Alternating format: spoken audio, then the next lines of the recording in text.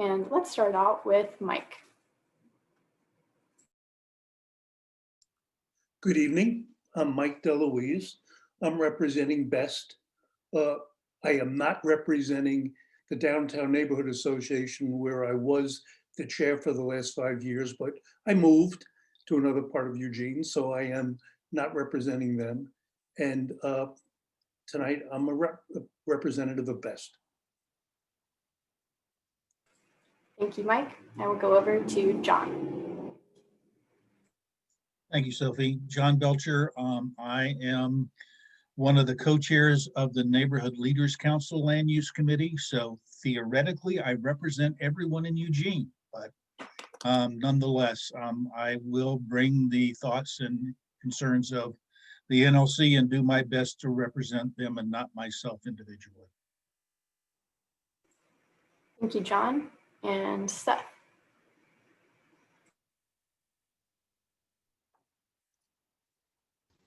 Sorry, I was having trouble with my mouse there, unmuting. I'm Seth Sadowski. I'm representing this evening the Walkable Eugene Citizens Advisory Network, which is a group that advocates for more middle housing and better zoning policy.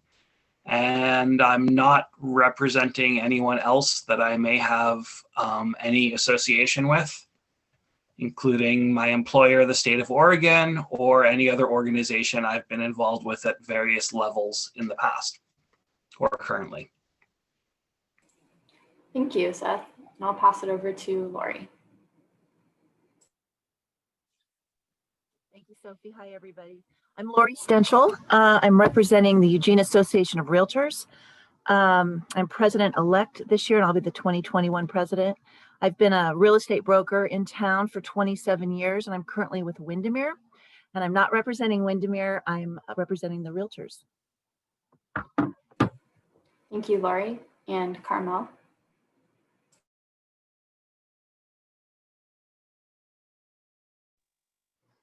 Hi, I'm Carmel Perez-Snyder.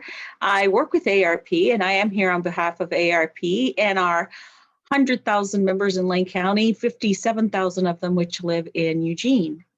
And so that's who I'm representing today. I am also on the board of Better Housing Together, but we have representation on that from that organization already. And then also have served on the Housing Tools and Strategies. And right now I am working with a national AARP committee to write a model ordinance for an update, actually, our model ordinance on ADUs. Thank you, Carmel. I'll pass it over to Alexis. Thanks, Sophie. Alexis Biddle, representing 1,000 Friends of Oregon, not representing anyone else in Eugene. I'll just state that I'm also on the board of BEST, but I'm not representing BEST. Thank you, Alexis. And I'll pass it over to Brittany. Hi, everybody. Brittany Quickwarner. I am the president and CEO of the Eugene Area Chamber of Commerce. We are probably the largest business association in town, but we don't represent all businesses, so that's worth stating. We also manage the Eugene Young Professionals program, and I feel pretty confident to represent Eugene Young Professionals as well. Thank you. And Karen. Hi, everybody. I'm here this evening as the executive director of Better Housing Together. And I also teach on the faculty in architecture and planning departments at U of O, but I'm not representing those departments here this evening. And I'm on the Affordable Housing Trust Fund Advisory Committee, but not representing that committee in this group either. Also a member of the state, national AIA, who's certainly engaged in housing issues, but not representing Oregon AIA here tonight. Thank you. And lastly, I have Dan. Hi, everybody. Dan Hill. I am representing the Arbor South companies. We're developers, architects, and builders. And I'm also here tonight representing the Home Builders Association of Lane County. Was asked to be a member of this roundtable from that organization. I am not representing any other organizations. Great. Thank you, everyone. Lots of familiar faces here, but it's nice to meet folks that I haven't met before. So now I'm going to pass it over to Terry to give a little bit of background about House Bill 2001, just so we have some context to continue on with our conversation. And I will share my screen, but give her rights to the mic. Thank you, Sophie, and thank you for advancing slides in advance. So we're just going to go over a few basic slides here. There's tons more information, as most of you probably know, on the city's website and on the state's website. But for the purposes of this meeting, I'm just going to quickly go over the main components of House Bill 2001 and the state rulemaking process that's going on right now. So in 2019, the Oregon State Legislature passed this House bill, which is intended to provide more opportunities for a variety of housing types in traditionally single-family neighborhoods, and to increase the overall housing supply in and around cities across Oregon. In the bill, it is stated that no later than June 30th of 2022, large cities, including Eugene, must amend our land use regulations to allow middle housing in different ways. First, it states that a duplex must be allowed on each lot or parcel in the city that is within city limits, that is zoned for residential use, and that is currently allowed to have a detached single-family dwelling. Secondly, the other middle housing types, triplexes, quadplexes, cottage clusters, and townhouses, shall be allowed in residential zones within the city that allow the detached single-family dwellings. And the bottom statement here indicates that the Department of Land Conservation and Development, the state's land use planning agency, is currently drafting and adopting minimum standards for complying with the bill, as well as a model code. And the next slide. Okay, hold on a second. You have it on that screen, but not my screen. A little bit more about the bill. There are some sections that, as spelled out in the current rules, certain sections are predetermined or prescribed, and other sections leave a little bit of flexibility for cities to adopt their own take on the standards. So in the predetermined category, we have all of the middle housing types and definition for them. Zones, which I read before, where the housing types must be allowed. The number of dwellings in an area, sometimes referred to as density, which can also be calculated by lot size. And design standards for duplexes, which need to be no more onerous than design standards for single-family homes. And then there are some additional limitations within the bill. As far as undetermined standards, the siting standards that control the shape and size of a house or housing unit on a lot, including setbacks, maximum height, maximum lot coverage, and on-site parking, do contain some flexibility, as well as design standards for building orientation and certain architectural design requirements. So just to say it again, we are waiting for the model code and minimum standards to be finalized. That is coming up soon. In fact, a packet with revised rules was due to be released today, and the State Commission will be considering those updated rules in mid-November.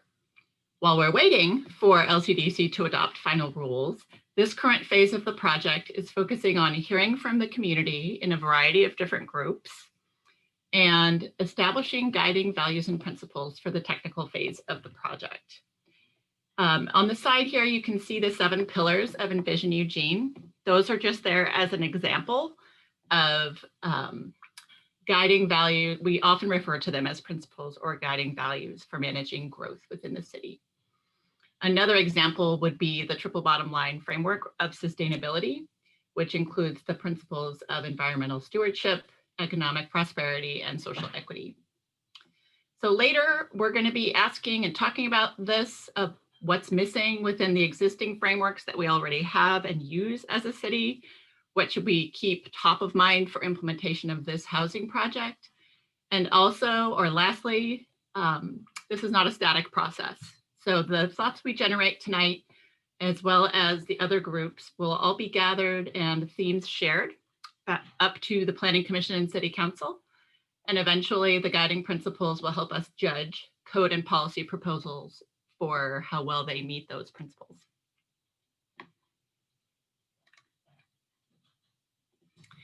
Here's a quick overview of the project structure as we have structured it here to implement this House bill in Eugene.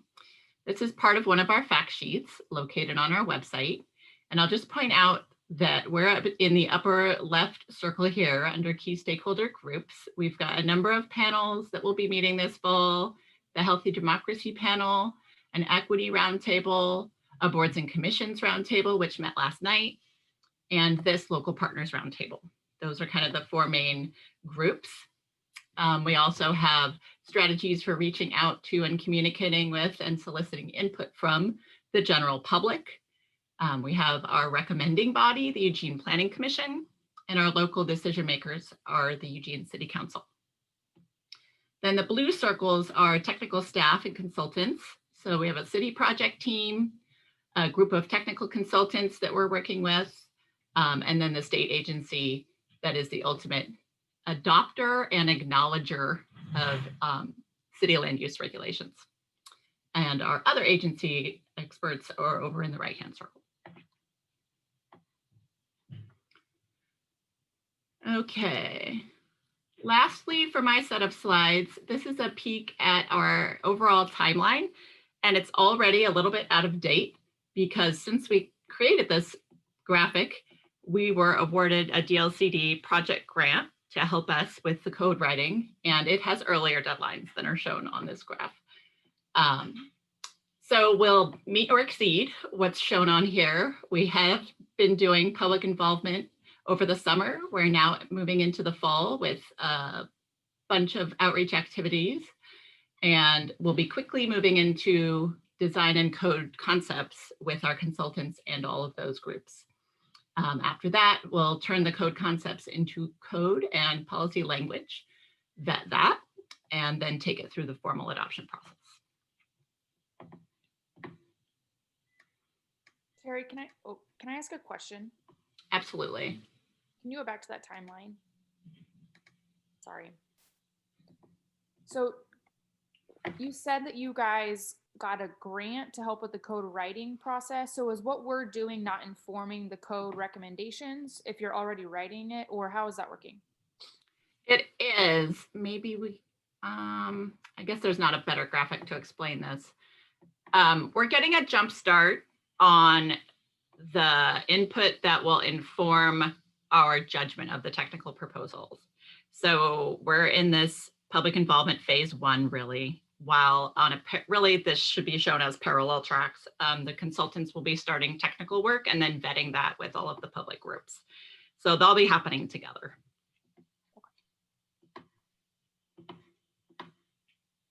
Good question. Any other questions? Terry, when will the code writing consultants be selected, or is that RFP already out? Yes, it is already out. They have begun work. We're working with Angelo Planning Group and several sub-consultants.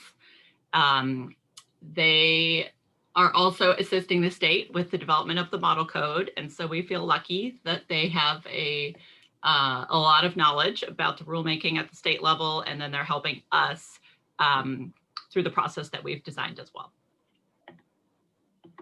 Terry, at some point in time, could you tell us what our role and responsibility as the local group is? It's not clear to me from the outreach plan. Sure, I think we're getting there. Okay, I can wait. Well, I guess I would clarify maybe back to the previous slide, Sophie. So your key stakeholder group, your local partners that have an interest in this issue and that have constituencies or members, networks that it will be very helpful for us to communicate with. So we're a little bit meeting with you first, as well as the boards and commissions roundtable, because you're vectors of information back out to the community. So that's a really useful role you can play, as well as you participating on behalf of that group to give us your insights about the activities we're going to be going through tonight. So that's kind of it in a nutshell for this first phase. Okay, it's still unclear to me what our role is. Do we provide written input as a group, as individuals? Who do we give it to? What are all those processes? It's just not clear to me. Okay, we're going to start in the next slide, actually. So I beg your patience just a little bit. We will have opportunities for both verbalizing your comments and also submitting things in writing. So Okay. good question. And who do those go to? Myself and Sophie. Okay. Back over to you, Sophie. I had a quick question, Terry. Sorry, I Oh, wasn't sure. sure if I should Yeah, raise that's my fine. hand or That's do fine. the hand chat. With that previous diagram, Mhm. can you tell me about the input and consult with community members as opposed to advise and involve with the much more robust list Mhm. of people? Like sort of what the thinking is in terms of the difference in that engagement? I would say the main difference is that the key stakeholder groups have some structure or organization that allows you to play that networking role, whereas community members typically are acting as individuals, but they will have access to a bunch of the same questions. We're planning a survey. There are activities that we're planning through the website and through Engage Eugene. So they're just friendlier to interested community member versus a structured meeting that we're having with these 4 groups on the left-hand side. Okay. I have more comments about this diagram, but we can talk about them either later or after. Okay. Just don't want to derail our agenda of time. I'm not sure how packed our 2 hours is. Yeah, I think questions are great and comments are fine too. But maybe in the interest of time, say what you want to say and then follow up. And you could do that to the whole group or just to staff, whoever you want to hear your comments. We're happy to share with the whole group.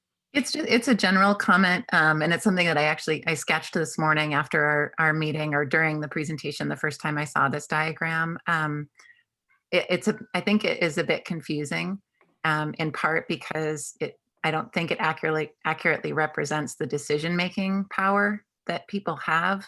And it sort of visually equates the stakeholder groups with community members, with planning commission and council, which may confuse some people's sense of how the project is working. But I think also, that question about the stakeholder groups, the Healthy Democracy Panel, and all of these other more robust boards relative to community members have input at each one of those bubbles all the time, anytime, right? Like city staff, anytime, agency partners, anytime, DLCD, public comment, city council forums, planning commission comments.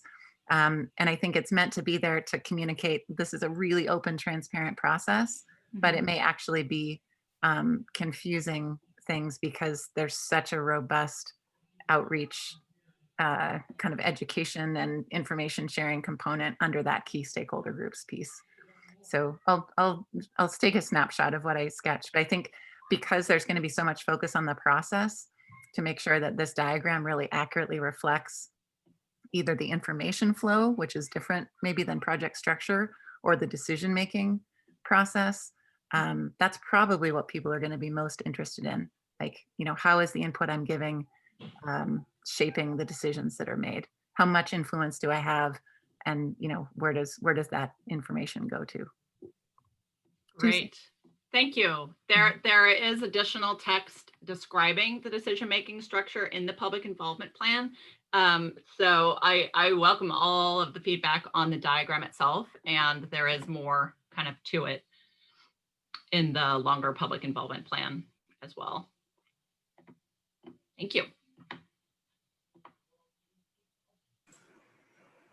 All right. And if anybody has any questions about any of this stuff after the fact, we're always available via email and our voicemails. I don't think we directly pick up our phones anymore. So now we're going to go into our concerns and hopes exercise. So first I'll be asking you about your concerns. I'll have everybody respond to the 2 questions that were in the agenda. This is the first of them. I'll give you a couple minutes to think about what your response to this question is. It's what is your biggest concern or worst outcome of allowing more housing in more places in Eugene? And we're just going to go around and share and listen to each other. We're not going to have a conversation about it till after. So I'll give you those couple minutes now, and I will put the question in the chat box, and then we can get underway.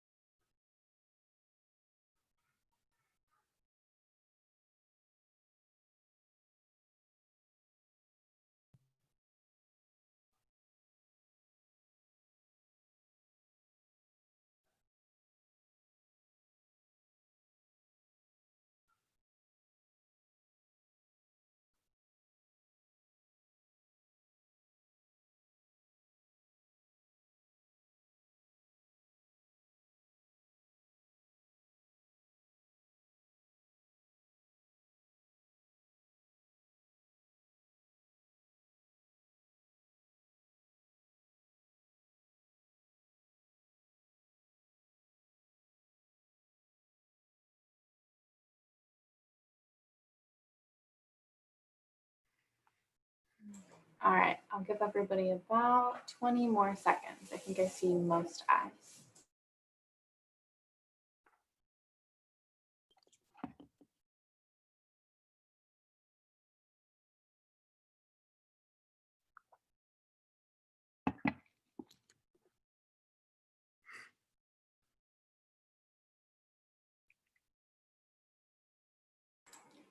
All right, so I will go around in a random order, just like we did for introductions. I'll try to make the order different every time. So let's get started with Dan. Well, I would say probably I don't have a lot of concerns of putting more housing in places around our community. Obviously, my biggest concern is what that process is going to be and how that's going to look as again, a builder and a developer.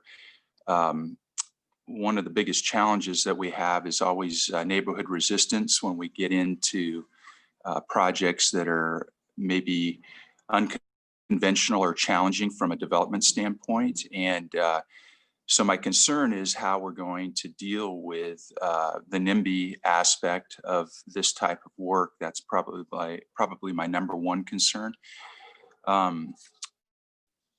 Also, I think you know, the concept is really solid in my opinion. I feel like there's so much opportunities because there's so many large parcels in many parts of the Eugene Springfield area that are just prime for development.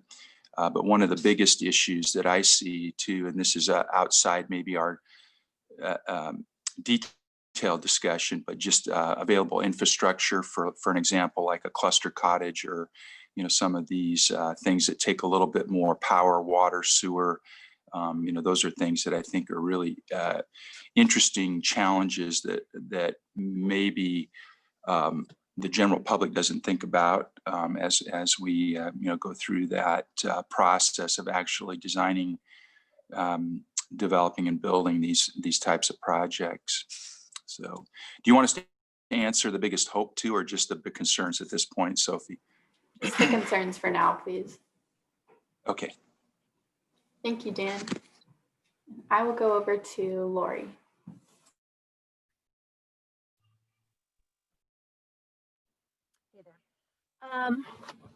So the concerns that I'm having, I'm not concerned about providing, you know, different homes of all types. I mean, I think that's a good thing. We need to ease up affordability. We need to create a lot more affordability. And what I've been seeing is, you know, such an effort to build a lot of rentals, a lot of the high-rise student housing rentals that are actually pretty expensive. And so my concern is when we are, you know, putting in new different types of middle housing, you know, can we make it affordable? Will there be opportunities where folks can get in and actually create wealth by home ownership? So that's the big concern. I know builders, developers, you know, it's not penciling out. You know, I'd like to see condos, and I know that's a challenge.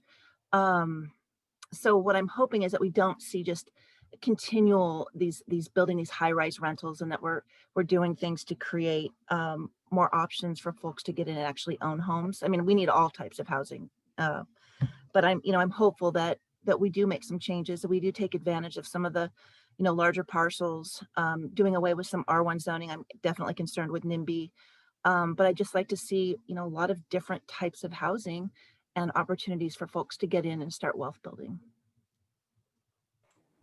Thank you, Lori. I will go over to Carmel.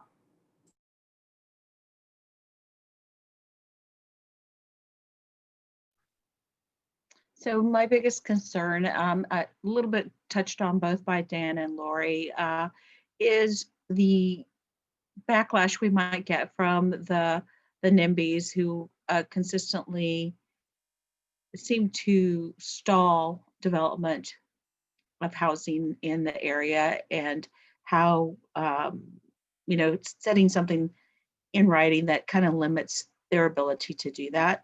But affordability is the biggest concern. One of the things that we've been doing over the last few weeks is we're actually house hunting here to buy a house. And we hear from our members a lot of times when they are looking to get out of that larger house and they want a condo or they want a smaller house.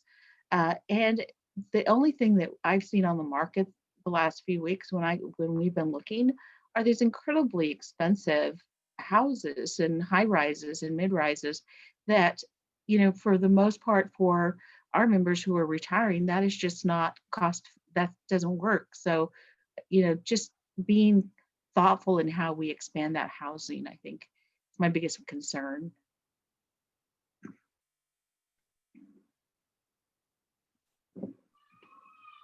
Thank you, Carmel. If I am slow to call on other folks, it's because I'm taking notes. I will pass it over to Alexis. Thank you. Yeah, like Dan, I share the concern mostly around process. I'm thinking back on the implementation of Senate Bill 1051, which required that all cities over 2,500 allow accessory dwelling units. And that discussion was initially started, the process was started around this conversation of a two-phase implementation. And after disagreeing with that approach and over 2 years of litigation, it's now finally getting close to resolved, but it has just taken a very, very long time. And I worry that House Bill 2001's process is going to be, there's going to be choices in terms of how we proceed early on There's right now, the way the rules are proposed, although they are subject to change before LCDC adopts them, there will be at least 2, maybe 3 options for jurisdictions to pursue. And how that's framed, I think, is going to be challenging to set up a process where we choose a path. And so, I mean, the main 3 paths that I'm thinking of is either adopt the model code, which would be this prescribed code at the state level. Go to minimum compliance is the second option, where there's these other minimum compliance standards. And then there's potentially a third option, which I think is the most fraught with problems, which will allow for alternative standards that require some percentage of housing being built in certain areas. And I think that the framing of that process is going to be complicated and hard to communicate in a clear way where people aren't confused about their expectations.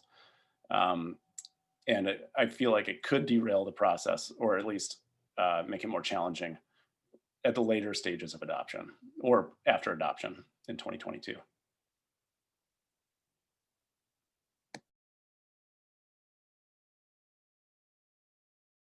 Thank you, Alexis.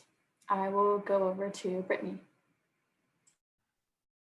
Thanks, Sophie. So some of my biggest concerns are getting from planning to reality and not getting lost.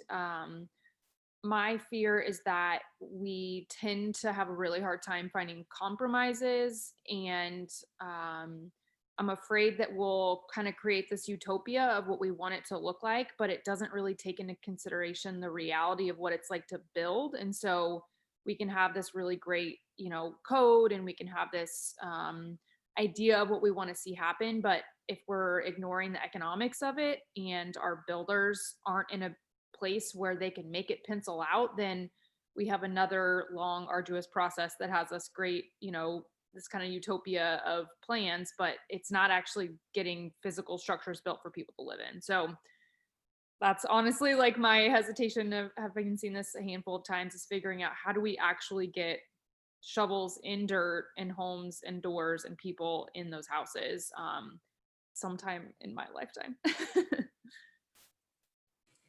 Thank you, Brittany. I'll go over to Seth. Yeah, my biggest fear is that Eugene City Council has the final say. And I mean, that's a little bit flip to put it that way, but I'm really worried that they're going to find some way to add too many rules, make things too complicated, or make things too hard to comply with so that nothing happens. And we don't get continued infill, and we do get continued pressure to expand the UGB and pressure of growth of Veneta and Creswell and Coburg and Springfield, and that we somehow Eugene gets away with not doing anything. That's my biggest fear overall. I do have a second fear that I'll just add on here that's probably a little more manageable for planning staff. But my second fear is that we have too much emphasis on our transportation corridors, and that leads to, all the new people spending their lives breathing automobile exhaust.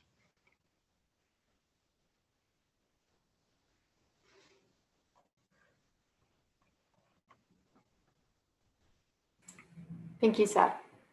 I will go over to John. Thank you. I submitted a document to Sophie, which you're fine to share that if you wish, Sophie, of 15 concerns from the neighborhoods, from the 9 individuals who responded. But I'll summarize it with my answer, which is that the process will not lead to significant development of housing, and I'm quoting MissandMiddleHousing.com here, along a spectrum of affordability to address the mismatch between available U.S. housing stock and shifting demographics, combined with the growing demand for walkability. So to meet the need for housing affordability in Eugene. So I'm sort of reflecting what many have said before. In fact, in my opinion, without further investment by the city of Eugene, I feel the conversion of older, more affordable single-family housing to market-rate middle housing will make the problem worse, and it won't improve neighborhood livability. I'll stop there.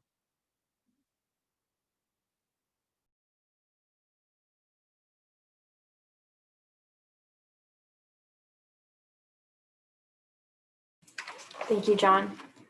I will go over to Mike. Thank you. Frankly, what I'm really hoping that we do is, when this is together, we're looking at the whole city of Eugene holistically, not just pieces. You know, by throwing things together, you might be creating ghettos of one area, or not really thinking of coming up with an inventory of some of the spaces that are available, some of the buildings that can be restructured or be relooked at. Years ago, my first connection with city planning was working with the Rouse Corporation that was looking at redoing suburbia, relooking at companies. And what I realized is that in that first slide that you have, which shows we're all giving you input, excuse me, but we don't know our rear end from our elbow.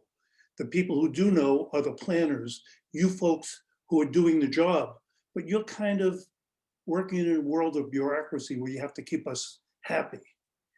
I would hope that you folks are going to put together some good plans, present them to us, and say, this is how we can do it. Because John and Dan, I've also, since I was asked to be on this, started asking a lot of people, and everybody believes we need housing. But again, that word NIMBYism is all over the place. We need it not next to me. We don't want my home to be affected. And I do think that you folks are the experts, or you have the tools to reach those experts and then come up with some good positive solutions. What I've seen in my years in Eugene is that the council people mean well, the elected officials mean well, but they don't know. You folks know, you've had the education for it and the training. So I'm just hoping that when this is done, we're gonna have something really positive. There's an opportunity right now to reinvent things, but otherwise we're just gonna plug in things that put our fingers in the dike and hope it doesn't leak. Mike, that's my 2 cents. Thank you, Mike. And I think our last speaker will be Karen. I think a lot of the things that I wrote down, other people have touched on. The first thing that I wrote, I think Seth mentioned that we will have this very multi-layered and robust process. And in the end, it will, feel just, so complicated and difficult and fraught that there'll be a scattershot decision at the finish line. We've seen that the evidence is on the table for that. That's what we've seen more commonly than not with our housing implementation conversations at the council level. So I would hope that council is required to be engaged in this process in a way that helps make them more accountable to it, because I'm hundreds of hours in easily on process that council has not felt accountable to. So I think that is important, not necessarily for my time, but for everyone else's who's touching this, including the staffs and your limited lifespan on this planet to build and create good things. Having worked on the statewide Middle Housing Technical Advisory Committee, I can say that it does not serve us to resist this change. I would say that the stance that Eugene took to 2001 and 1051 only created less flexibility in the outcome with this law. And, maybe we don't learn that lesson this time either, but it sure would benefit us to begin engaging with this as an opportunity rather than as something to resist, because it is not going to serve our community well if we continue to enable and misempower that approach. I would say a concern is that we will advance two, I think, perspectives that are, maybe not when people are really sort of seeing the whole picture. And one of them is that we don't really need this. We don't really need to do it, and it's not going to help. I don't think that that is informed by the data that we have in our community. So I hope that the focus on the necessity of this change and the structural shift is in the foreground always. The other one is that more housing will ruin our community. And I don't think that that is what we're talking about either. I think what we're talking about is trying to build a better community now and in the future where we get more of the housing that we need, and we work really hard towards accomplishing that. Again, like elegant lines, start to finish, to steer towards the outcomes that we want.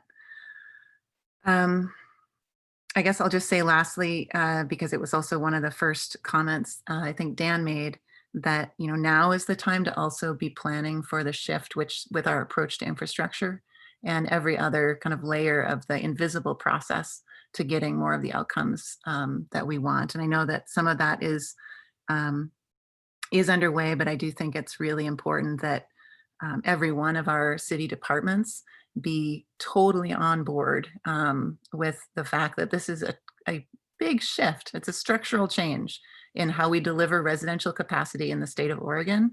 And that means that like public works and transportation and everybody needs to be on board with that. And it gets down to like the minutia of, creating pathways to ownership that our current infrastructure doesn't easily facilitate. And that stuff all has to be moving along at the same time as these other pieces of the conversation. So. Thank you, everyone, for sharing all of your concerns. Our next question will be hopes, a little bit more lighthearted. Let me share my screen, or I can just say it to you if it's easier, then I'll copy and paste. If anybody would like to see it, I have no problem pulling it up. The question is, what is your biggest hope or best outcome of allowing more housing in more places? And I'll put that question in the chat, and I'll give you a couple minutes to write down your thoughts on that.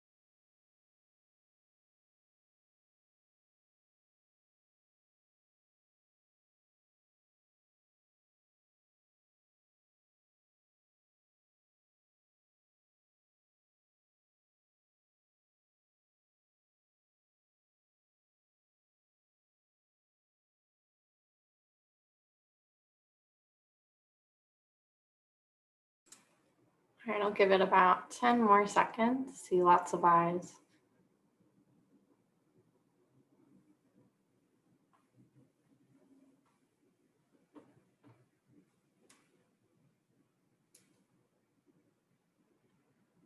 All right, I'm going to start with Brittany. So, I mean, this feels obvious, but my biggest hope is that we get more housing that's affordable.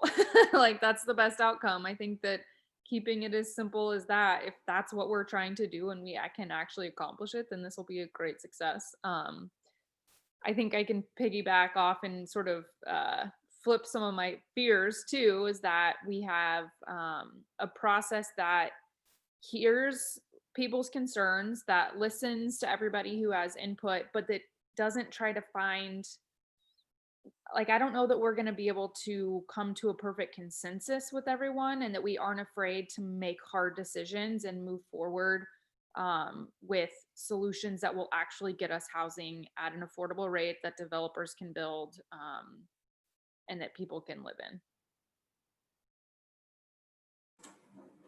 Thank you. And I will go to John.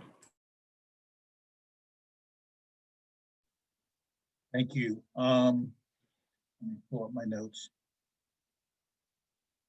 So believe it or not, the neighbors actually submitted 10 hopes. So hopefully you'll get to see that. But let me find the right document. I'm sorry. So my summary is that my hope is the city of Eugene will develop a comprehensive strategy, including code revisions, regulation improvements, and financial incentives to enable middle housing development that improves neighborhood livability and housing affordability. Just writing code's not going to do it. This is going to require a comprehensive effort of the city to provide opportunities such as incentives that will allow this type of development to be developed. And if we don't, all we're going to do is run the risk of taking what is now affordable, low-cost housing and converting it to unaffordable middle housing, which is the exact opposite of what we want to do. So the city needs to look at more than just what planning's doing, but throughout the city, how this is going to work, or we'll be worse off than when we started. Thank you. Thank you, John. I'll go over to Seth.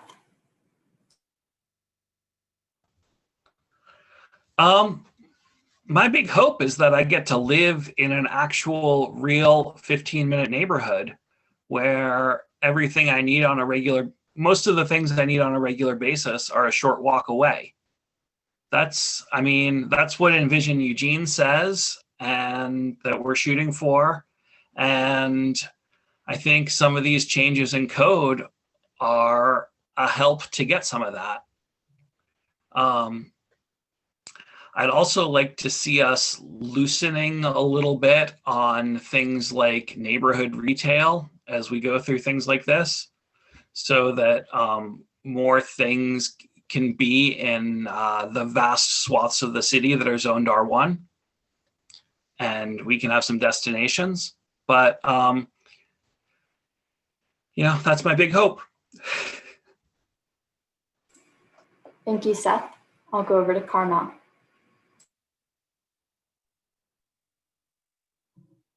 Affordability. I'd love to see Eugene be that 15-minute community, that walkable, age-friendly community where you can raise your kids, go to college and be able to stay in the community because you can afford to find a place to live.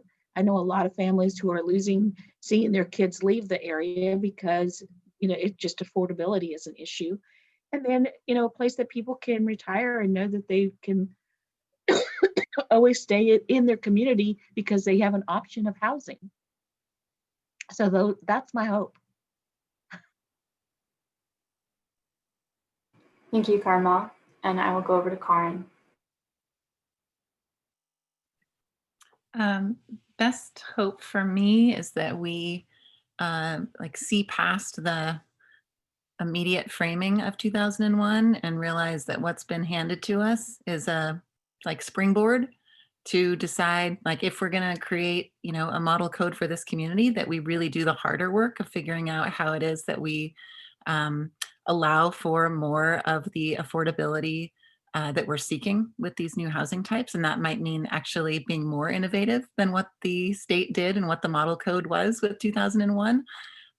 There's great examples of that and what that work looks like, but I would love for this process to actually take our community to that conversation. What does it look like when we have deep affordability in all of our neighborhoods and broad demographic and or just broad demographic housing options available on every block in every neighborhood in this community? I think that would be really awesome and would be us seizing the full opportunity presented by this new law, not just getting caught up in some weird sort of, again, ceiling limited thinking of what we have to do and what we're willing to tolerate, but instead thinking about like what we can do.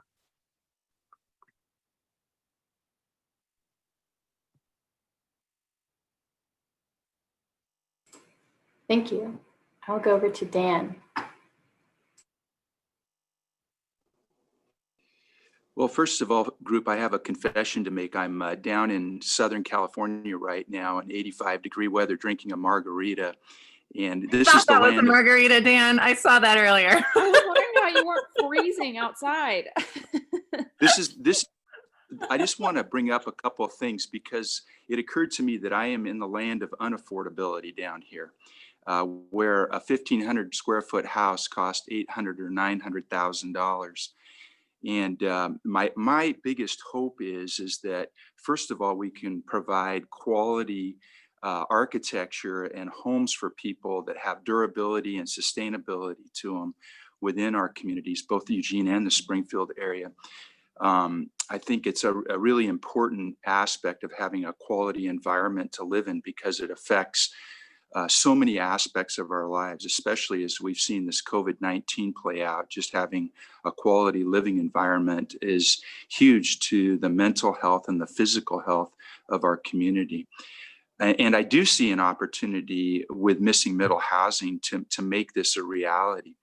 I do want to back up, though, to one thing that's been echoed a lot, and I can speak to this because I'm looking at our group here, and I'm not trying to brag here or anything, but we've probably designed and built more missing middle housing than any group in town when it comes to cluster houses and cottage clusters and housing for the homeless.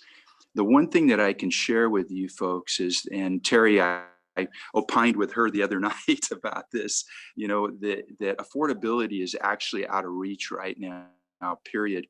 And as a builder and a developer and an architect, I see it every day with land cost and labor costs and material costs. We're currently finishing up a 7 cottage house project in Springfield right now. And we tried our best. These are age in place. Carmel would be proud of us. We did all accessible age in place homes over there. And we did our best to try to bring these brand new, really well-built, sustainable homes in at under $400,000. And that's with a 10% margin. I don't mind sharing my margin with you guys. And it's impossible to do that right now with land cost, permits, SDCs. So with the median income of Eugene and Springfield being somewhere in that $45,000 a year range, you can't even afford a $400,000 brand new home. So the question is what can we build that would be affordable in existing neighborhoods? The second piece to that is I would just say that there are dozens and dozens of builders and developers like myself that are all vying for these same pieces of property. So what happens is the property values get jacked up, and then we usually have problems with tear downs on the properties that have homes that have asbestos and lead paint and all these other things. So I don't think most people really understand the extreme cost that goes into building quality housing right now. Probably the highest quality housing that we have being built is our subsidized housing. And the average cost now for a subsidized home is about $250,000. That's an apartment. And so if we can do this in the private sector, we can probably do it for 40% less than we can through the subsidized model. So my encouragement and my hope is that we can bring players together, both from the community, but also on the council, to really take a hard look at the economics, because I'm here to tell you economics drive everything. They just do. Whether we want to believe it or not, it does. So thanks for hearing me out.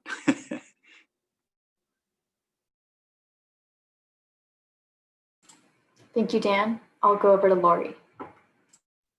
Hi there. Well, yeah, exactly what everybody said so far, Dan, absolutely. The biggest, so the beginning of or was it this year? Yeah, the industry forum in Salem talking about housing, and Kenny Asher, who's the community development director for Tigard, kind of described this utopian idea of what they accomplished there. And he was really big on talking about how the language they used created so much buy-in by the community, and that there hasn't been this major pushback that we have here, predominantly in our city council. And there is going to be, there's some change happening there. And so hopefully we will have a more engaged city council. That's my hope. So hopefully just if we all can just buy in and kind of create language that feels like we're moving forward and that this is a good thing. We have so many people pushing back. As a broker now, we're looking at median home prices at 400,000, which just boggles my mind. And we have so many people that have the larger homes that are getting older, but there's nowhere to go. And so they're not moving. And so we just have this stagnant system now, and it's economics. And so I'm just still blown away by what people are offering on homes right now, resales. It's just, South Eugene, $400,000 house is going for 50,000 over. I mean, again and again and again. And that is just boggling my mind. We've got interest rates that are very low. So people are wanting to buy, but there isn't anything available. So I'm really concerned about what's going to happen. We're going to be stuck with this outrageously expensive housing and nowhere for people to go. I mean, so I'm harping on the condo thing. I want to see people be able to move down into condos, people moving up into getting some sort of housing that's affordable for the wealth building proposition. That's a big deal. That's how people make their money. Most folks, it's through home ownership. So I'm a huge proponent of that. I'm feeling hopeful. I do hope there's a cohesiveness and a sense of community and kind of driving these concepts that it's going to be a much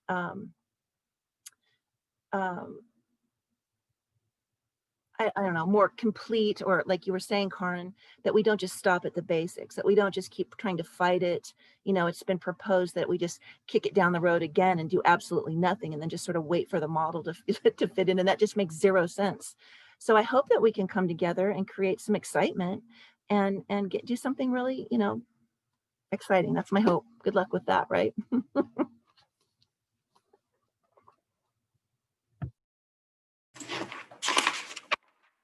Thank you. I will pass it over to Mike.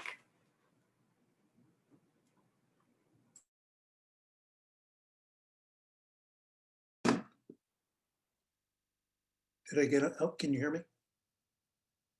Good. I'm just hoping that this is the first step into moving the whole community to something that's more comfortable, more inviting. And again, I think when we talk about affordability, I think we need to include the Chamber of Commerce. Brittany, if you had the corporations here that were hiring people in a workforce that would be working instead of trying to find jobs at minimum wage, we could do a lot more. And so this is not just about housing. You want to build a community that's inviting to people, and those people at the lower end of the economic range, there's nothing wrong with them making a lot more money, being able to move into a better lifestyle and to have their children stay here. Most frustrating thing I find when I'm working with you good folks who work for the city of Eugene, especially some of the young folks who are working there, as soon as they show how great they are, they go off to Denver or San Francisco or to New York because they're not going to stay here. And part of it is the salary that they're getting. They're going to be spending a lot more money, but we don't make it inviting for them. Building affordable housing, whatever we call it, whatever price we call it, there's more to it than just putting a roof over somebody's head. And I'm looking forward that maybe this will be something that's more than just bringing some more buildings here. We have a lot of buildings. Maybe some of them can be refocused. There are a lot of empty spaces, but affordability to me means being able to live. And again, I come from a different community where I look and I say, gee, it can be done other places. And so I'm looking, if it works well, as a first step to move forward to a more comfortable, secure, environmentally conscious community that's inviting. We have the opportunity to be a model community for others to follow. I'm hoping that happens.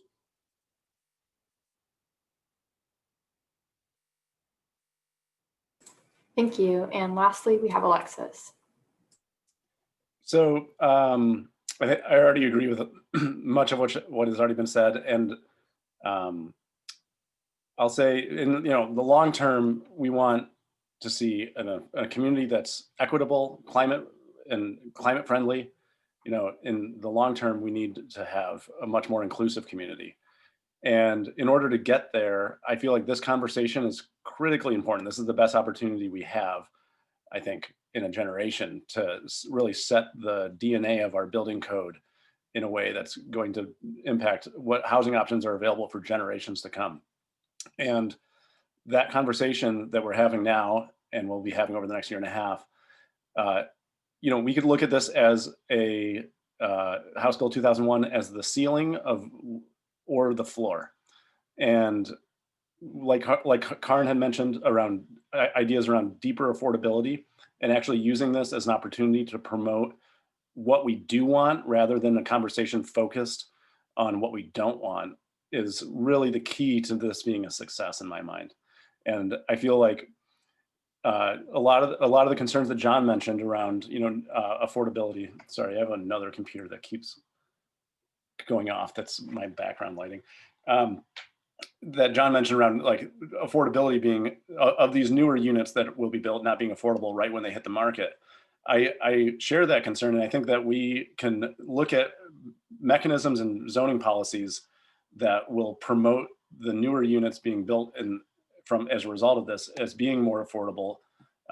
If we look at the Portland residential infill project as an example, they are including density bonuses that go beyond House Bill 2001 if some of those units are more affordable by deed restriction and things like that.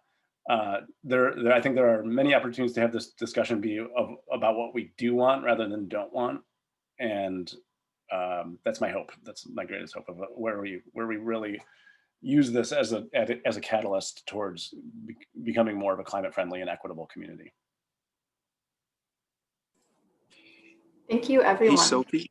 Yes. Sophie, I just wanted to comment on something that Lori said about condominiums. So I just want to point out one of the reasons that we don't see condos in our area is because of insurance premiums. That's the number one driver. Because Oregon is a state that doesn't have tort reform, there's so many class action lawsuits that are brought against condominiums. And so the insurance policies make it nearly impossible. There's a lot of developers out there that want to do condos, but the insurance premiums, again, just have to be added to the price of the condominium process. And so that's why we don't see them in our area. And until we get legislation in our state that protects developers and builders, from these huge class action lawsuits, it's probably never going to happen, at least in a large scale way, that there can be some affordability to it. So I just wanted to make sure Lori understood why you're not seeing that happening. So can I say, so I know in Washington State, they did change some laws and some regulations so that they are easing up on some of the restrictions on the long term that you have to hold on to any potential liabilities or the insurance premiums that you're discussing. And I think they've made some headway there. And I was, what would it take for our state if we're mandating that we're going to have this new affordability? Condos would be such a great answer. Why wouldn't they ease up on legislation, and why aren't we pushing for that? And that's just where my hope lies, is that we can create more condos. And I don't know how to help get that done. Well, one of the things that I would just add to that is best practices have changed the quality of buildings so much over the last 15 to 20 years. Karin can relate to this as a fellow architect. Back in the 90s, stuff was getting built that was really poorly built. And that's why these class action suits were happening. But best practices have changed the way so many of these projects are built now. And I agree with you that they should start looking at legislation to ease up on the term limits and just the actual liability aspect. It could make a huge difference in affordability, within our housing options, I should say. So anyway. Thank you both for your expertise. And thank you everyone for your thoughtful answers and transparency, sharing those. We now are going to have a 5-minute break. So I have the time as 6:44, so we will come back at 6:49. Enjoy your break, and I'm excited for the next phase of this meeting. I'm going to leave you guys because I've got a dinner that I'm going to right now, but I will catch you at the next meeting. Thanks for being here, Dan. So, The meeting will also be all right. recorded. Okay. Good to see you. Bye. Travel safely. We'll see you soon. All right. Thank you. Bye-bye.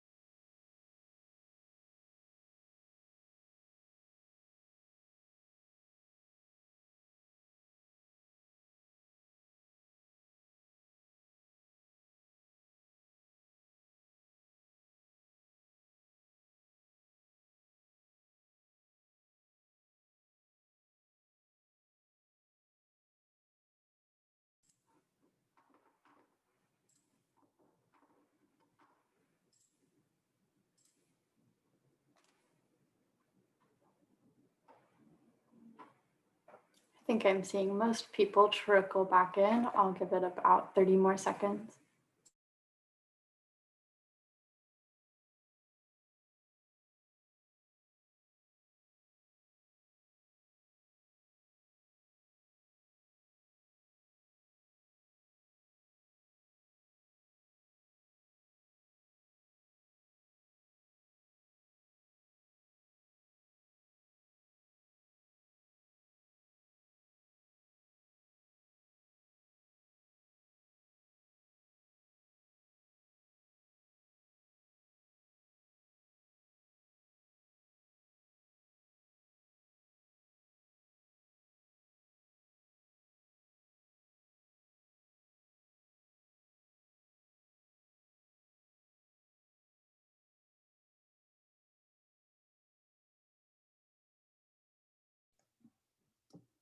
Brittany, I hope your neck is not cramping.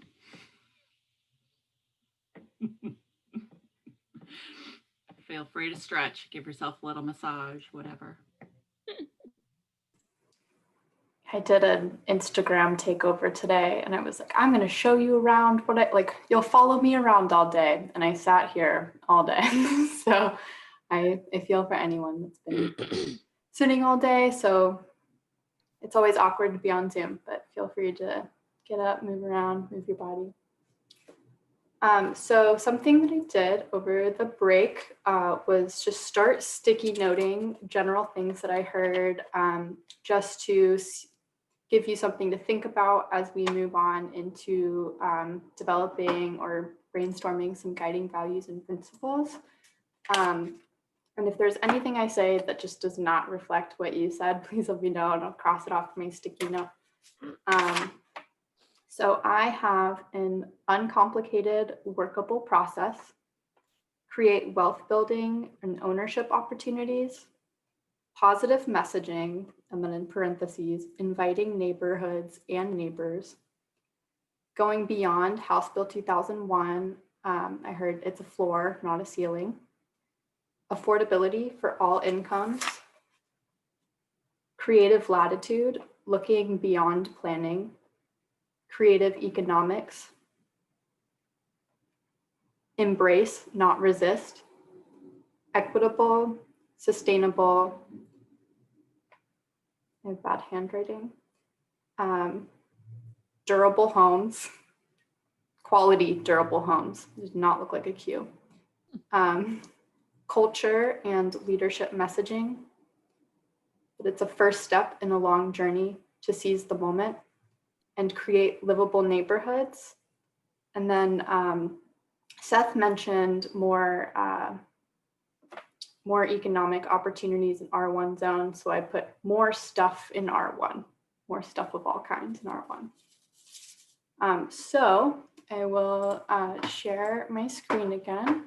I guess I can first get reactions. Yeah, thanks, Terry. Well, I just wanted to point out that both last night and tonight, we heard affordability, equity, a bunch of those things, but we also heard innovation and incentives from both groups. And those are just two that pricked my ears up as thinking beyond just the land use regulations. Thank you for that. And thank you to the group last night who brought those things up.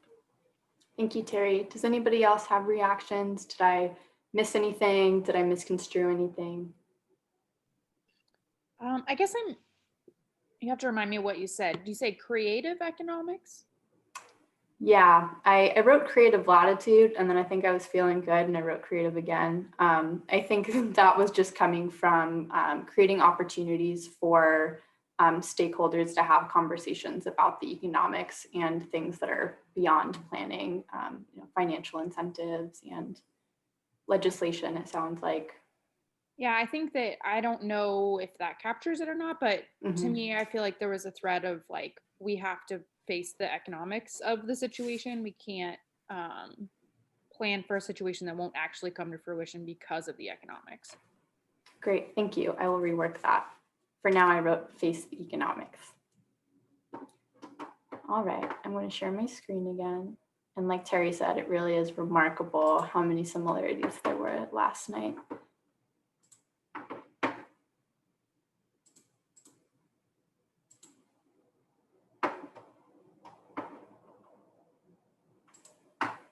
Oh, John, before I begin, do I have your hand up?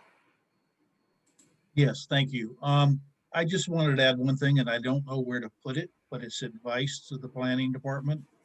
And I'll be a broken record. I'm sure you've heard this from me before, Terry, but I think it's incumbent that you take a look at the distribution of subdivisions that have CC&Rs that preclude middle housing.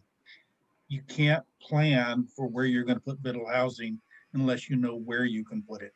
And I recognize the comments that you've made that you can't regulate that, but you need to know where it is. So I just want to plant that flag. Thank you.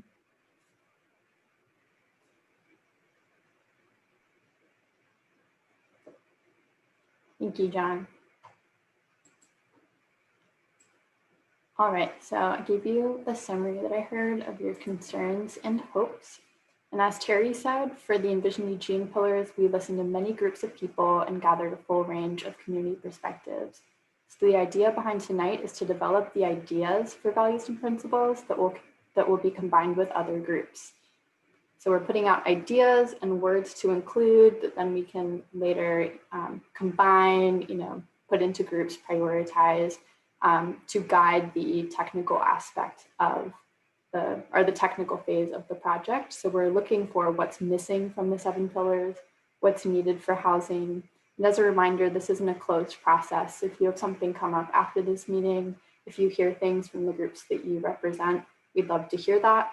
We're going to be continuing to gather input from boards and commissions, the local partners, the general community, our equity roundtable, healthy democracy, a whole bunch of other groups that I'll outline a little bit later in this PowerPoint. So we really do hope this is an ongoing conversation. Terry, did you have anything else to add? I think you covered it. I'll just comment that last night we had a good discussion, and it was the first time we had it. And so we are open to your thoughts and advice about how we talk about these principles and how we ask other groups for their input, because like we said, we just started and we recognize that we're a little bit ahead of the final rulemaking. So that's where we are. Thank you. I said last night that last night was my first rodeo. So today is not my first rodeo, but it's only my second as far as these conversations that we're having. So love to hear more. So I'll again close out of this PowerPoint, but I'll put this question in the chat box. And for this part, we have about 45 minutes and we just wanted to free flow, brainstorm, however works best for people speaking to each other. I think just like a visible raising of a hand or using the feature, and we go from there.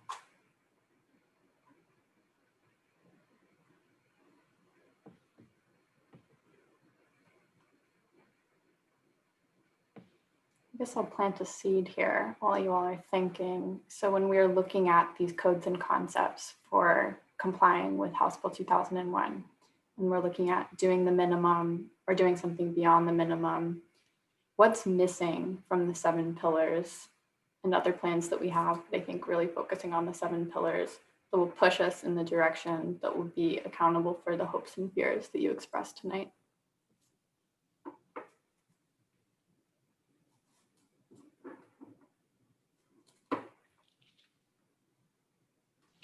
Hey, can I ask a question that I don't think you addressed earlier, or if you addressed it, it slipped past me.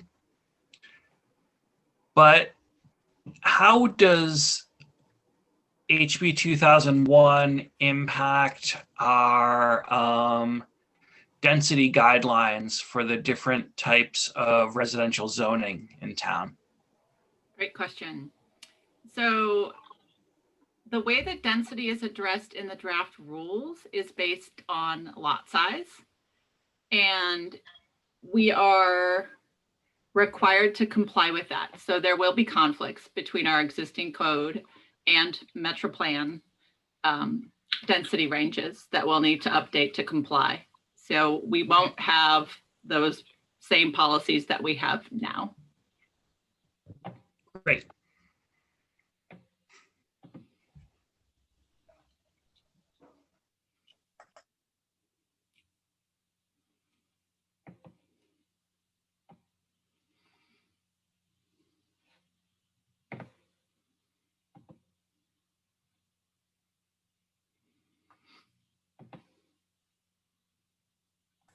I'm also going to put the 7 pillars of Envision Eugene in the chat.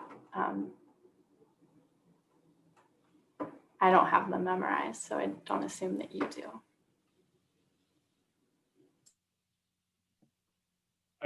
I can go ahead and say something if. Thanks, Alexis. Okay. So I think one thing that's missing in the 7 pillars is a component around how outreach is done and how public process is part of like future land use decisions out of Envision Eugene.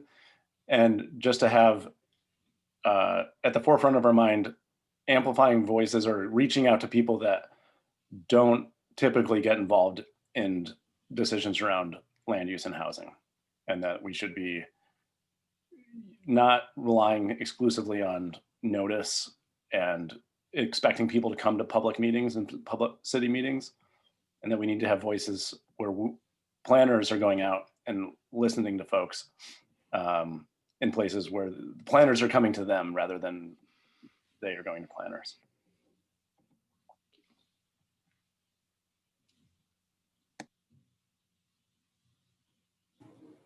I see Lori's hand. Part of me, when I think about that, I think about like, the social justice piece and how having more diverse communities and having other people involved in the conversation, that could be, really beneficial when we talk to folks that, have been sort of marginalized. And, as we're creating a new vision moving forward, the idea of inclusivity and diversity will go a long way. I mean, we have, as realtors, we're really faced with the fact that we have been unvarnishedly racist in dealing with home ownership. 50 years, it's not totally gone, but we have to make amends for that. And so, to create diverse communities and having folks, speak to that, I think is really helpful. Thank you, Lori. I see John's hand, unless that's Yeah. kept up. Trying to respond through the 7 pillars. I think the second pillar, which is provide affordable housing for all income levels, frankly, is the biggest challenge we have in our community as it is. So I think if we are going to have a community that embraces middle housing, it has to be demonstrated how this will enhance that rather than subtract from it. Again, the concern that I hear from neighbors is that single family homes, especially those that are in the lower spectrum of availability people now, are going to be converted to market rate rentals, which is in the wrong direction. So again, I would encourage this plan to be comprehensive and look at how indeed we can sell the idea to the community that we're making things better and not worse. And to some degree, that rolls into the climate change, energy uncertainty. Depending on which side of the spectrum you're on, certainly having more dense housing is good for climate change. Removing vegetation off large lots in order to provide housing goes in the opposite. So that needs to be taken into account. And the big concern that we hear in the neighborhood associations is neighborhood livability. So back to Seth's idea of showing how housing can be and more accessible services can increase walkability as a way to sell livability. It's going to have to be sold, folks, because there's a perception that here the state has done this to us and we're having to roll over and just accept it. And that's not a way to make things work. Thank you. Thank you, John. It was a close competition between Brittany and Lori, but I think I saw Brittany first. Then I'll go to Lori. Um, just kind of ripping off that, I think the piece of the 7 pillars that I've always had a hard time figuring out how to resolve is that some of these things in some situations we have competing values and there's no really clear way to resolve those competing values in the pillars. And I think that housing's a perfect example of where we run into this all the time is, are we focused on, and I think John touched on a little bit, like on climate resiliency? Are we focused on affordability? Are we focused on economic opportunity? And sometimes those things are competing with each other. And I don't know how you get to that with this process, but it's just something that has always stuck out to me. And I think council struggles with it too, to be honest. Thank you. We'll go over to Lori. I'm sorry to keep talking, but and talking about condos, no less. But a part of me, when we were coming up with the different housing types and the concept of, you know, if a triplex or a quad went into a single family lot in a neighborhood, that could, you know, that could be problematic. But if it was actually owner occupied, you know, that's just having, you know, to do with how you take title, you know, could there be some sort of an easing of a restriction or legislation that sort of allows that to actually divide it into home ownership without it being a condo per se? And then you've got the buy-in where it's they're owner occupied, at least if you're going to have that type of housing in a neighborhood. Thank you. I see Carmel and then Mike. So one of the things when you're talking in the 7 pillars of providing for adaptable, flexible, and collaborative implementation, part of that is the education of teaching folks that really our existing housing codes really systematically racist in keeping certain people out of different neighborhoods. And unfortunately, that is the history of housing. And I don't think anyone is disputing that. So, you know, providing that education and looking at that code and saying, how do we change the trajectory of the future for our housing so that everyone is welcome into a community? And that opens the door for us to be able to bring the different types of housing into those communities as well. Thank you, Carmel. I have Mike, then Seth. I go back to what I said earlier, that kind of hope that you use the experts to figure out what's going on. So when I talk to some of our neighbors or people who own buildings or even some of the developers, we tend to be selfish. You know, we want what's right for the community, but we really don't want it in our backyard.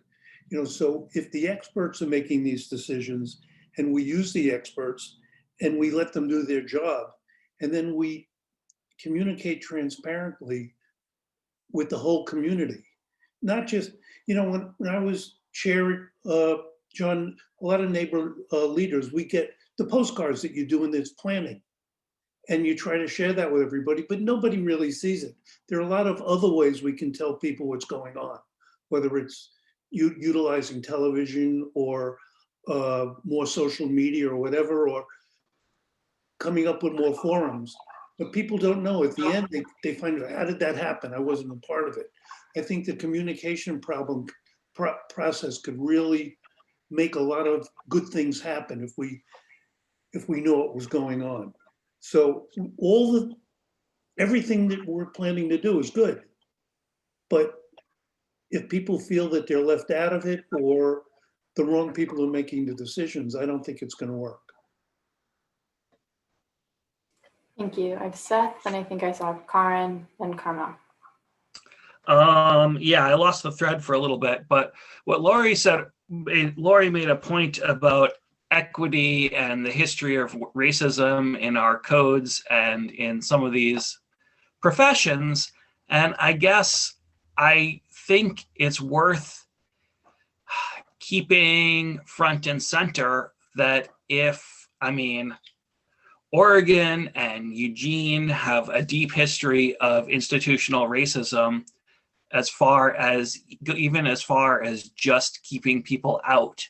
And anything we do that makes it harder for new people to live here ends up having a racist impact. Whether our intent is to have our neighborhood nice or not, if we're doing something to make it harder for new people to come to this town, and it used to be that Black people weren't allowed here, then making it harder for new people to come here has a racist impact. There was some other point that somebody mentioned that I wanted to respond to, and now I'm forgetting what it is. I guess the other thing is, when this term neighborhood livability gets used a lot, and I sometimes joke that I don't know what it means, but really when I say that, I mean that the person I hear using it means something different than I mean by livability. And I guess it's hard because it's one of the pillars, but it's really, I feel like it's a really hard to define term that can be used to kill things. And I don't know what it means. And I imagine that the people in this meeting might all have different definitions of what livability is. And I don't think, we could debate it forever, but I don't know that that gets us anywhere. Just that what's livable to me might not be the same as what's livable to you, or what's livable to the person screaming neighborhood livability when they don't want anything to change. Thank you, Seth. I had Karen, then Carmel.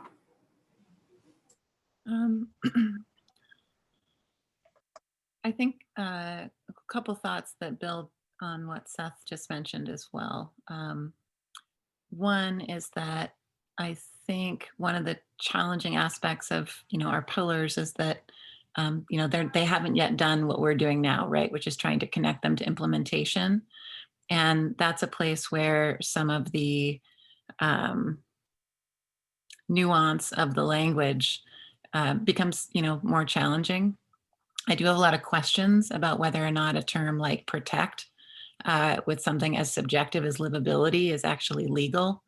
And I question, given especially the current context, whether that is the sort of model that we want to be setting out as for what Eugene thinks about planning for a more inclusive and sustainable and diverse and robust and opportunity rich community.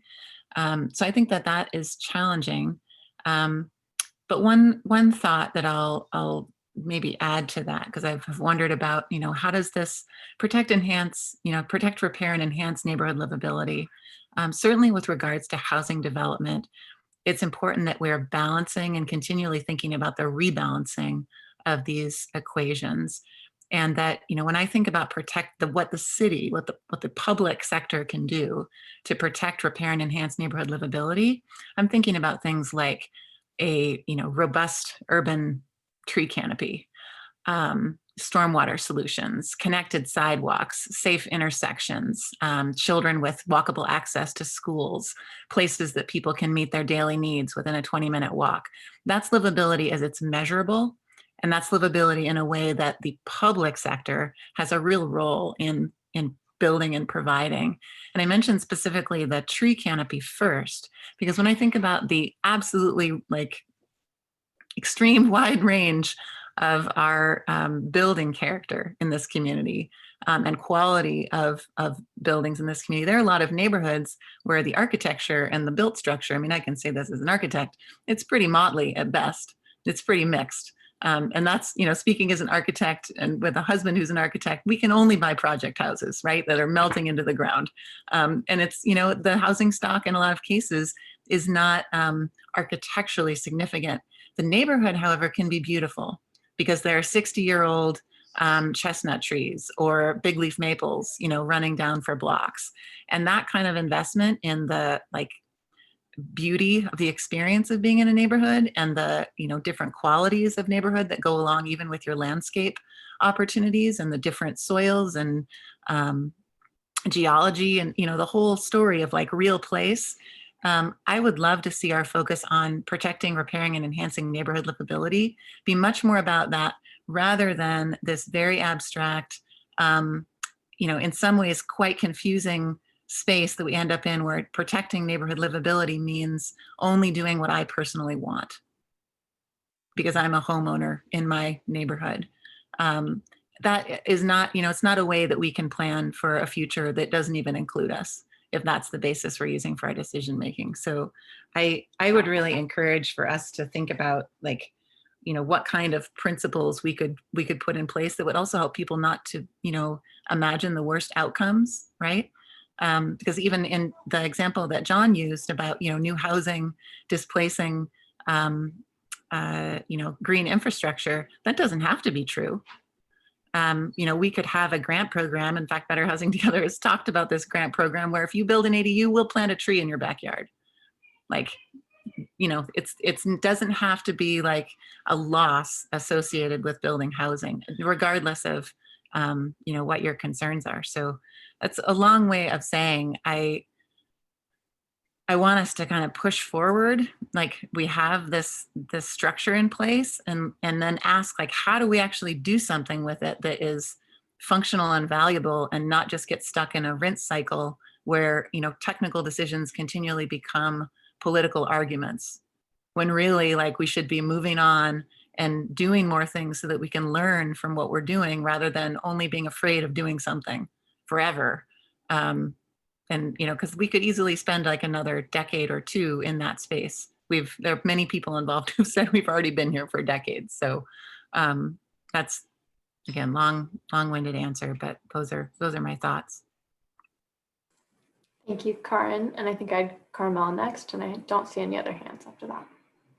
Thank you. I'm sorry. I know I had just talked, but I wanted to include some discussion in the pillars about lifelong housing or that age-friendly housing so that, as cities and towns and counties and rural areas begin to prepare for the rapid aging of the US population, we need to really think about our housing and setting some standards, not talking ADA standards, but creating standards so that housing, Dan mentioned it when he built the housing in Springfield, being cognizant of a house that would fit anybody from, a 2-year-old, they call it from the 8 to 80-year-old, so those things are important when we talk about the pillars and finding a way to implement those. But I also wanted to address the livable community question, Seth. ARP, those of you who work with me know we've been working in the housing and livable communities realm for the 65 years that we've been around. And as defined by us, livable community is safe and secure, has affordable and appropriate housing, diverse transportation options, and supportive community features and services. But those come together through proper land use planning and design, because those are critical to developing these livable communities that we're talking about, and policymakers at the federal, state, and local levels, all have to work together to create these livable communities and neighborhoods where people of all ages and abilities and race can live, work, and play. So we have this whole encompassing kind of definition of what a livable community is, but if you go on our website, you can see all the great pictures of tree canopies. Thank you, Carmel. I see Seth's hand. No, I mean, I like AARP's definition of livable community, but I don't think that's, I think a lot of people are using a lot of different definitions. That's all. Absolutely right about that. Thank you. And I see John's hand. Yeah, I appreciate what everybody is saying. Let me start from here. Some of you may be aware that our neighborhood is involved in a land use planning process along with Santa Clara. And we're at a stage where we've gotten input from the experts telling us what we're likely to see with our code, and it's more rentals. It's not housing. It's not the types of businesses that will make us a walkable neighborhood. We're up against a systemic problem with trying to get what we want. And it is going to require a fundamental change in how we look at providing housing and even opportunities for commercial if we're going to make the community better. And I know I'm a broken record, but we need to be able to show the community that what we are hoping to do provides more opportunity for home ownership, provides more opportunity for housing affordability, provides more opportunity for more beautiful neighborhood, provides opportunity for more walkable neighborhoods. And it's not just going to happen by implementing House Bill 2001. We need to do more. Thank you. Thank you, John. I think I saw Mike's hand. Yeah, and again, when we look at the definition of livability, everybody has a different idea of it. And again, that's why I go back to where you folks have you have to give us some options that because you know the business. So when we look at senior housing, for livability, other communities have looked at seniors who own big houses to take a younger family in with them. That's a way of looking at the problem a little bit differently. When we talk to some of the people I've talked to in the last few days about what are we going to be doing with some of the new housing rules, some people, all they care about is there going to be enough parking? Others want to know how close it's going to be to public transportation. That's what we need you folks to come up with what's right. I mean, I don't know. I can talk about what we need in sewerage and environmental questions, but Terry, you folks know more about it than we do. And how many trees we need, and how close to a school we should be, what kind of retail should be in the neighborhood. So a lot of what I see on the list is really good, but I'll give you a different definition than somebody else will. And I think if you came up with 3 possibilities or 2 possibilities or said this is the way we should go, I think that would make it doable instead of us talking about this for the next 5 years. Because I can see somebody saying, well, we don't have enough parking. Let's stall this for a while. Sorry. Thank you, Mike. See you, Lori. As we're talking about creating more opportunities in areas, I mean, it is changing zoning so that there's more mixed use. And a concept that I thought a lot about is more of a live work space. And it's currently, we don't have zoning that supports that. If you have a retail space or, something that's commercial, you can't live there. And I think if we were building more structures that enabled to have more of a live workspace, that could really, we could take advantage of that. Thank you. And did I see Karen's hand? Or were you readjusting? Okay. We are almost out of time. So this is Sophie's rule, but I just wanted to provide a short comment about this great conversation that you're all having. And that comment is the pillars and also the guiding principles that we're hoping to create through this process are not meant to be code standards or legally binding policies. The legally binding policies exist in the comprehensive plan, and we do need to update them alongside the code. And so part of what we're hoping to get here is some of the language that we've been using tonight can be turned into not only guiding principles, but actual policy language that guides decision-making at the local level on housing into the future. So I just wanted to make that point. I think that's it. Thank you, Terry, and thank you for the reminder. I knew we had 45 minutes, so I thought we were ahead of time because I was looking for 7:45, not 7:30. So you have saved everyone. So I will hop into our next steps. Thank you again for this conversation. This is listening to community members and their perspectives and local partners is a huge part of the reason why I became a planner, and it's such a pleasure to be able to do this. So thank you. And with that, I will get to our next steps. So we have a lot going on. One of the biggest things we are doing is choosing our Healthy Democracy panel tomorrow. So we are assembling a panel of 30 random Eugene community members that are representative of Eugene demographics.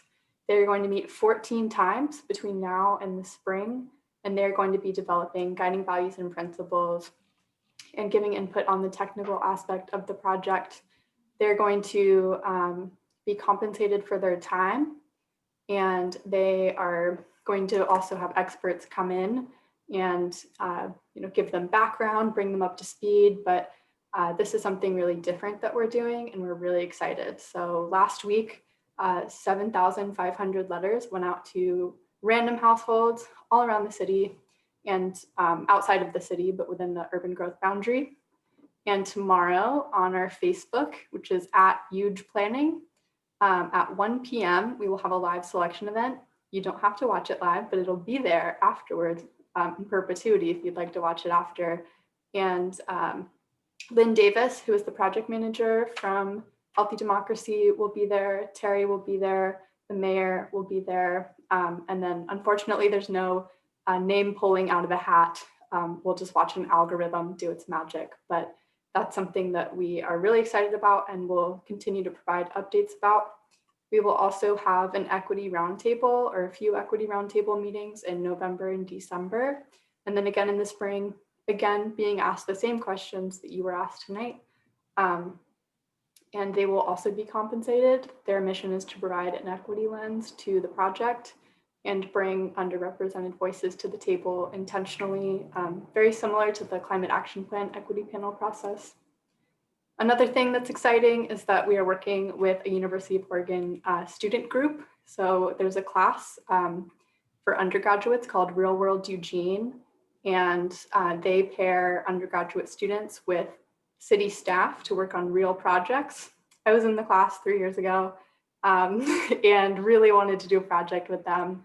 And when COVID happened and I knew I couldn't physically go and reach students at school and in classes, I had this idea. So they're working on under 25 youth engagement, asking them the same questions everybody else is being asked, and they're holding some focus groups now. Then the Land Conservation and Development Commission is meeting on November 12th and 13th to discuss the code standards for House Bill 2001. And at the end of all of this, we'll be meeting with Planning Commission on December 14th to share everything we've heard tonight and at all the other places where we're gathering input. And then in the spring, we will pull you back for 1 to 2 more roundtable meetings. And that's where we'll be discussing the technical part and the code concepts. And just again, I'm going to put up our contact information. We have the interested parties list. Tell all your friends about it, please. And then we have a web page. And for a little bit more interaction, we also have an Engage Eugene page.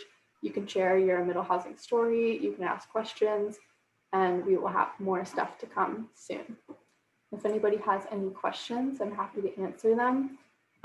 But other than that, thank you for your time tonight.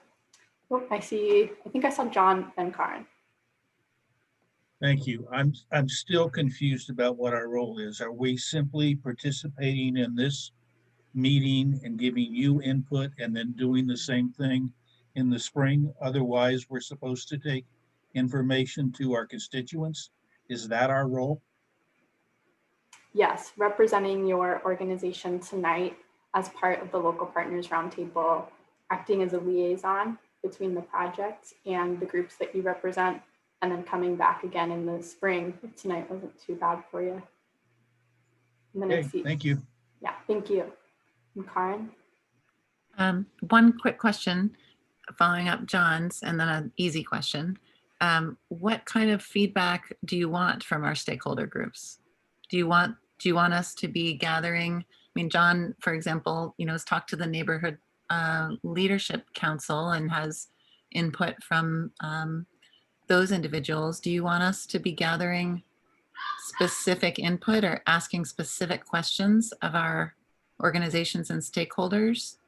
What can we bring to you that's useful in your process? Yeah, I think these hopes and fears, best outcomes, worst outcomes,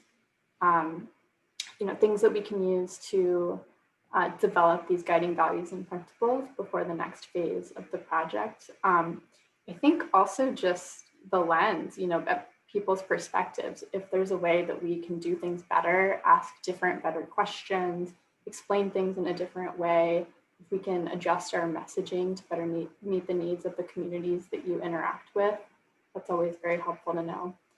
Okay. I'm looking over to Terry to see if she has anything to add. I agree with everything you just said and would just echo the offer to submit by email. So John, we want your lists of everything that NLC generated, and Karen or anybody else, if you are able to have email or Zoom or whatever conversations with your groups, the more information, the better. But maybe we don't have to do 100 Zooms. We do them in smaller groups, and the networks serve that role and funnel the information back to the project staff. Carrie, Sophie already has our list. Great. Thank you so much, everyone. Are we already on the pleasure. interested parties list? That link to sign up? We don't have to sign up, I'm assuming, because we're embedded now. If everybody gives me a thumbs up, I will add them if I have your consent to add you. Okay, I think I see most people. Cool, I see everyone. I'm gonna add you all. And Thank you'll you. get One emails less from thing me. we have to do. Great, thank you. And I'll stick around for questions, but otherwise y'all are free to enjoy your evening. Thank you for being here. Thanks very much. Thanks. Thanks, everybody.